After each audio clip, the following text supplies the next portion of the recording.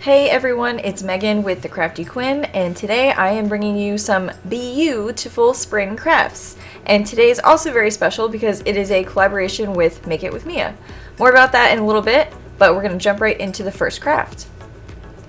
So we are going to go ahead and paint this Dollar Tree woodblock black.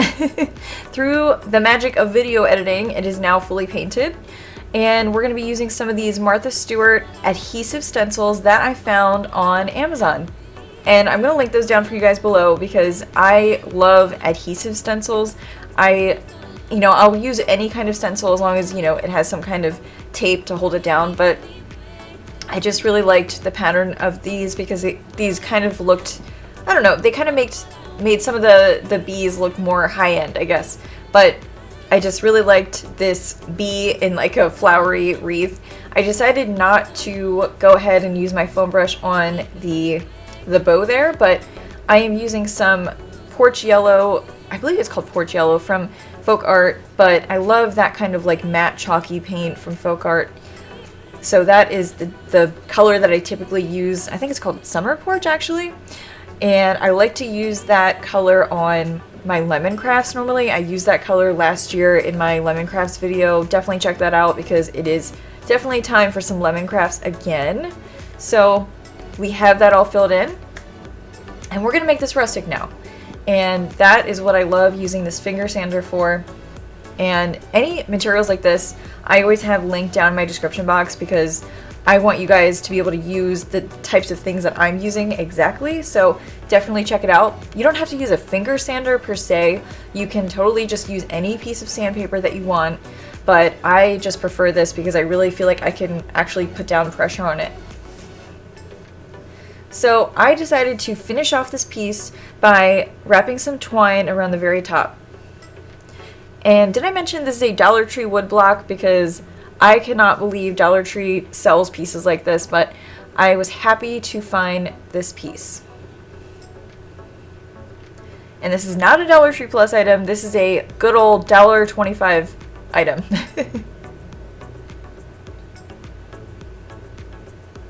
So this is also jute twine that I'm using from the Dollar Tree. And just like that, our first DIY is done. I can't wait to hang this up on my shelf in my house.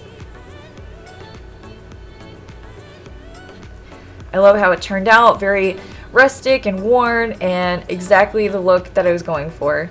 Let me know what you guys think. So like I said, today is a collaboration with Make It With Mia. We both made spring crafts. Go check her out. She is so close to 2K subscribers, 2,000 subscribers. She's very, very close. So she does all kinds of decor. She does like modern, she does glam, she does farmhouse. I love her modern decor, by the way. She's done a lot of great DIYs. Definitely check them out. She definitely puts together very high-end looking pieces. So if you like that kind of decor, I highly also recommend her channel for that. So I'm going to link her channel down below and her video down below. So please make sure to check hers out as well because she's got some spring crafts for you. And that is what collaborations are all about. So this is a Dollar Tree Plus wood round, and if you saw my Instagram, if you saw my YouTube community tab, I told you guys that I found this piece and I was really excited to use it. I got 3 of these and I'm thinking that maybe I'll sell a couple signs in a flea market coming up. I finally found one in Virginia. I think it's called White Post, but I'm planning to sell things there. So once I actually get that set up, I'll let you guys know. If you want to come visit, check out the flea market, I will give you guys the details. So we are just painting half of this wood round black with the, the Waverly ink color. So that is a chalky acrylic. And that is the same yellow color that I've been using this entire time. It is from Folk Art. I believe it's called Summer Porch. So I've been using foam brushes for everything. I do 2 coats, by the way, of this yellow color because it just wasn't, I guess, bright enough to really cover it the first time. So that is what the masking tape is for, to make that middle cutout. And right now I am just cutting out some Dollar Tree stencils. These are not adhesive, so you do have to hold them down with something. And we are going to make this really funny sign because we've had a lot of solicitors lately come to our door, so this sign is for them. And you'll see what I mean by that very shortly. So I'm just using a foam brush because I feel like it's just kind of like the best dabber that I have. I don't recommend this brush in particular. I feel like I also should have maybe put some masking tape off to the side of like the B and off to the side of the Z, just to make sure that none of it was going to get on the sign, because I did get a little excess here and there between the letters, and then I went back with a tiny brush and I fixed it, so you can't even tell that it was even there. But you know, if you just tape off all around, then you don't even have to make sure that that's gonna happen. So that is what I've learned from this.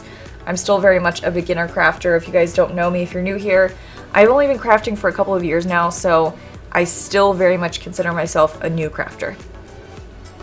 So like I said, those were the spots that were kind of annoying, but I did go back with the tiny brush, fixed them up, and like I said, you can't tell they're there.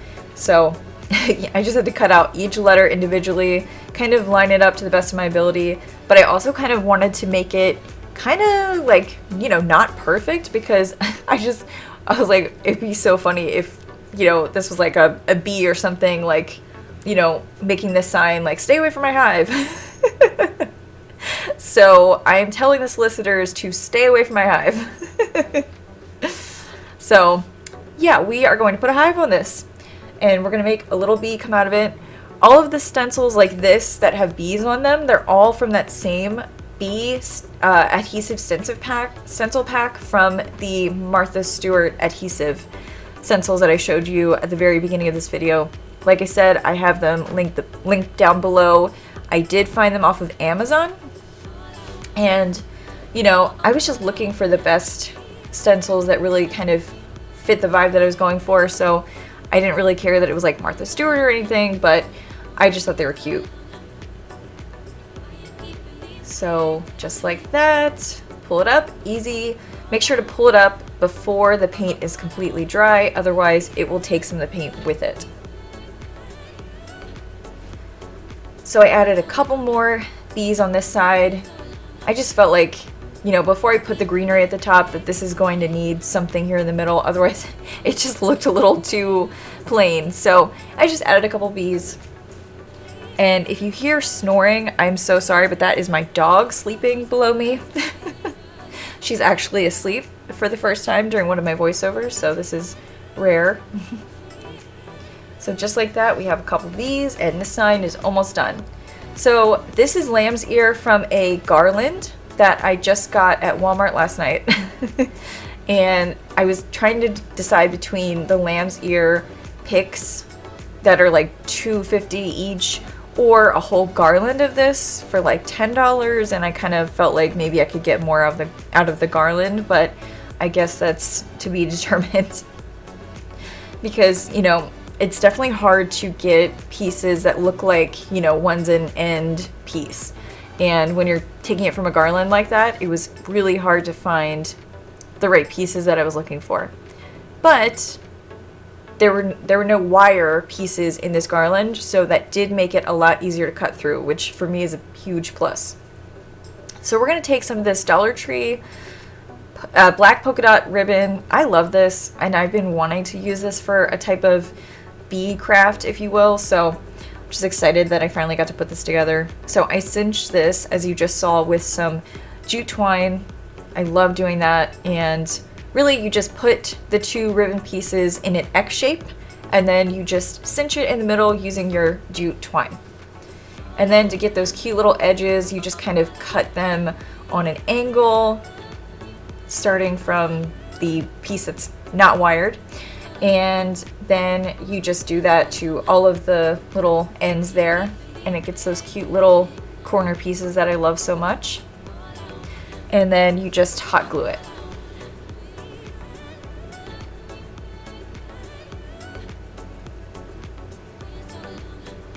So yeah, I just used a lot of hot glue, glued it all down.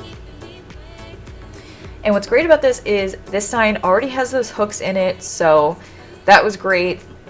So you can just kind of, you know, if you want to put two nails on the wall, but I don't know, I like having something to really hang it from somewhere, like not these things in particular, not a fan of that. So I put some twine and I just tied them a bunch of times, and I decided to tie a knot on the end just to kind of stop the beads from going to a certain point, and then just kind of making a beaded loop for this sign. So I wanted the beads to come down just a little bit, not too far, because then it kind of makes it stand out a little bit. So I wanted the beads to kind of be above the wood piece. So I went back and I added more beads, and this was the end result. And man, I am loving that Target chair. It's been so great to stage with. So this is your almost end of the video reminder to subscribe. Please make sure to like this video, which is the big thumbs up right there, and make sure to follow me on Instagram. So last DIY, we are almost done. So I grabbed one of these Valentine's Day book stacks, and at the time I grabbed a couple of these because I thought I might make a few more book stacks, and I was right.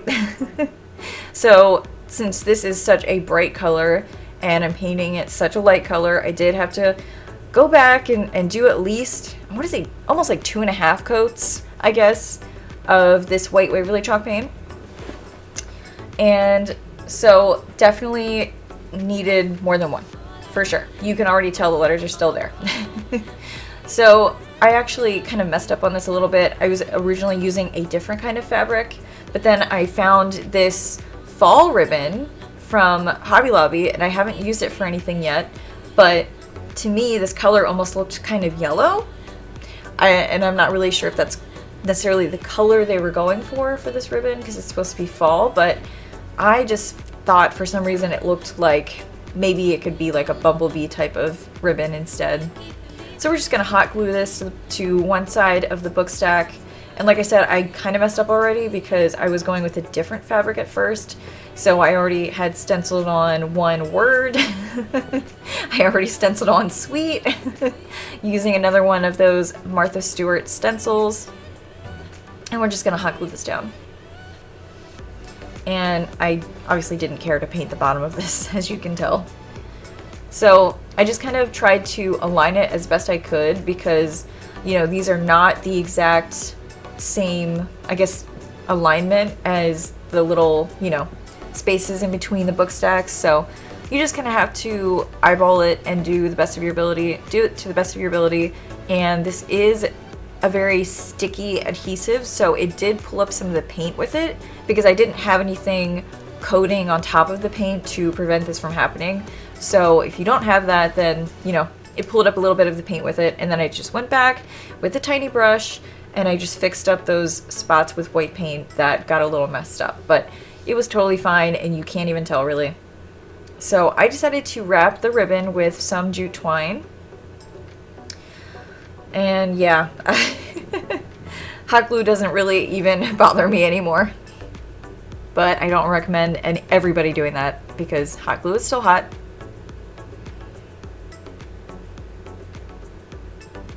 So you just gotta cut off the little excess pieces there. But we're gonna cover that up in a little bit with a burlap ribbon. I love this burlap. I got it from Michael's a while ago and I'm still using every last piece of it. I do not let any burlap ribbons that I make go to waste. So I made this for another project, didn't work out, kept it, and this is why. So this is another Martha Stewart adhesive stencil, and I figured that since this says sweet as honey, let's add honey jar for sure. It just needed a little something something on the top. And you know what, I might even go back and make this book stack even more rustic.